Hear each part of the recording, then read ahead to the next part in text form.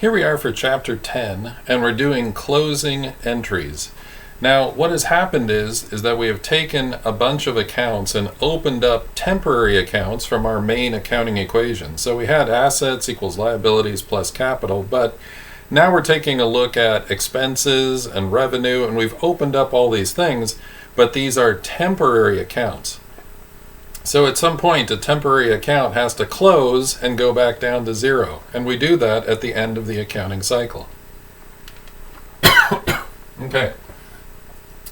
Now, this is where things get a little crazy, and it's hard to keep track of all the ins and outs, so I totally want to recommend you use your book, and you go through this step by step. And there's a couple steps that are like simultaneous, and so we're going to have some overlap between this video and the next. So we're going to go back and close these things by putting them in the journal and the ledger. But what I like to do is go back and do the ledger and then put them in the journal, okay? So technically that's not in order. You can do it either way you want. But you're going to see how these things are really sort of, concurrent. You kind of have to do one and the other at the same time. It's not, definitively separate. So I'm going to show you how things work in the ledgers, because we've been working with the ledgers, and we can then, go back and put them in the journal. That's fine too. But either way you want to do it, that's okay. All right. So we've got some temporary accounts, and we're going to start with revenue. So the revenue account has a credit of $2,650.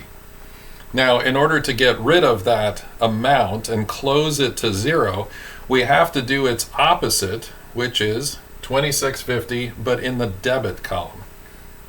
So we do its opposite, $2,650 in the debit column, and that zeroes out our account. Our revenue ledger is now zero. The problem is accounting is a double entry system. So the people who made the rules could have just said, we'll just make an exception this one time, but instead they didn't, and they decided, okay, we're going to stick to our double entry system, so we're going to have numbers crossing back and forth to come down into the place we want them. So the second entry, see here we've put our $2,650, we're also going to put it into something called the income summary. All right? So because we put an entry of $2,650 up here, our second entry is going to be on the credit side of the income summary. And if you're following along, this is on page 261, okay? So that'd be a great place to turn, is page 261. And you're going to see that whenever I make a double entry, I'm going to be using this temporary account called income summary to close the temporary accounts. So it's a temporary account, okay? So it's a really weird function. Its job is to use so that it can be the switch on the opposite side to close the temporary accounts. So here we go. We've closed our revenue account, $2,650, but the other $2,650 then has to get entered into the credit side, because that's the opposite of this debit. And so if we're in the ledger, we enter our individual actions here and our total there. $2,650 is our total. All right. We move on to expenses. Expenses in the ledger have to be closed in each individual account. However, you could compress them, for use in the general journal into one single entry. And in this case, our account balance is $1,500. That's how much we had in expenses at the end of this term. So how are we going to zero that out and bring it down? We're going to have to enter the opposite in the credit side. So there's our debit total. We're going to enter the opposite, $1,500 in credit, and that'll put this line through it and bring our expense account down to zero. But in keeping with our double entry system, where is that other entry? So we entered a credit of $1,500. We got to put a debit of $1,500 somewhere, and that goes in the income summary. All right? So we have now closed our revenue account to income summary. We have closed our expense account to income summary. Now here's the thing about income summary. It has no natural balance.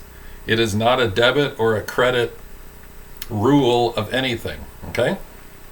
So income summary, you will have these entries of 2650 and it's got a credit balance. Okay, that's the revenue. And it's got an entry of 1500 from expenses on the debit side. And what that's going to do is it's going to subtract the smaller number from the bigger number. Now we could end up with a number over here because if the expenses are bigger, we would actually have a debit balance. But in this case, the biggest number is revenue. The lower number is expenses. So that means we're going to subtract the smaller one from the larger one, and whatever side has a number, that's what it's going to be. And in this case, it's on the credit side.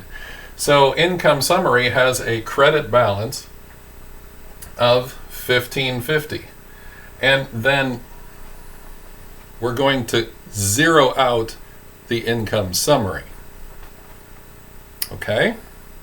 So now that we've closed revenue to income summary, we've closed expenses to income summary, we've done this sending it in the opposite way switcheroo, we now have to close income summary to capital. So we are double entry crossing all the way down the line. So how do we close out a credit balance of 1150? We have to get rid of a credit balance by doing a debit entry. But when we do this debit entry here into income summary, that does zero out our temporary account, income summary. It then sends it down to capital. So our capital account lists how much our business is worth. So we have to close the summary of our income, that's our expenses and revenue. We're closing that down and we're sending it to capital, whatever it is. And if we have an entry in the debit column here as our first entry to close it out, then our remaining second entry ends up in the credit side over here, and that will be adding to our capital. Okay? So that's going to increase our capital account by 1150. And that's how we get it there. So we had to move it in these crossing patterns to maintain our double entry system. We added an extra account called income summary so that we could make it go across the board like that. So that's why it seems a little complex. So to go over that again, we have to close our revenue by doing the opposite. But we need two entries. So where does that other entry go? Where does that credit entry go from this? It goes into income summary. We have to close our expenses by doing the opposite to get it to go to zero. So we put in 1500, but where does that other entry go? It goes into income summary. And the only rules for income summary are that you're keeping it in its debits and credits lines, okay? But there is no natural balance for income summary. It's just like a placeholder so that we can move these things and summarize our income. So there we go. We've got a summary of our income. We had the revenue coming in is higher than the expenses, and so we ended up with a balance.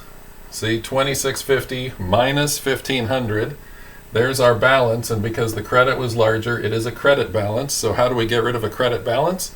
We have to put in a debit balance, and that will zero out our income summary. But where does our second entry go? It goes into capital on the opposite side. So if we had a debit balance, we now put in a credit entry over here, and that is added to the credit side, and that will increase the total for capital. Okay, now we've got one more thing to do, because there is another temporary account that affects the capital account, and that is withdrawals.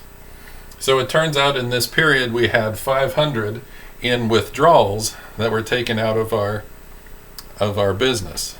Now, those withdrawals come out as a debit, and so to zero out our withdrawals account, because it is one of the temporary accounts, we have to do the opposite.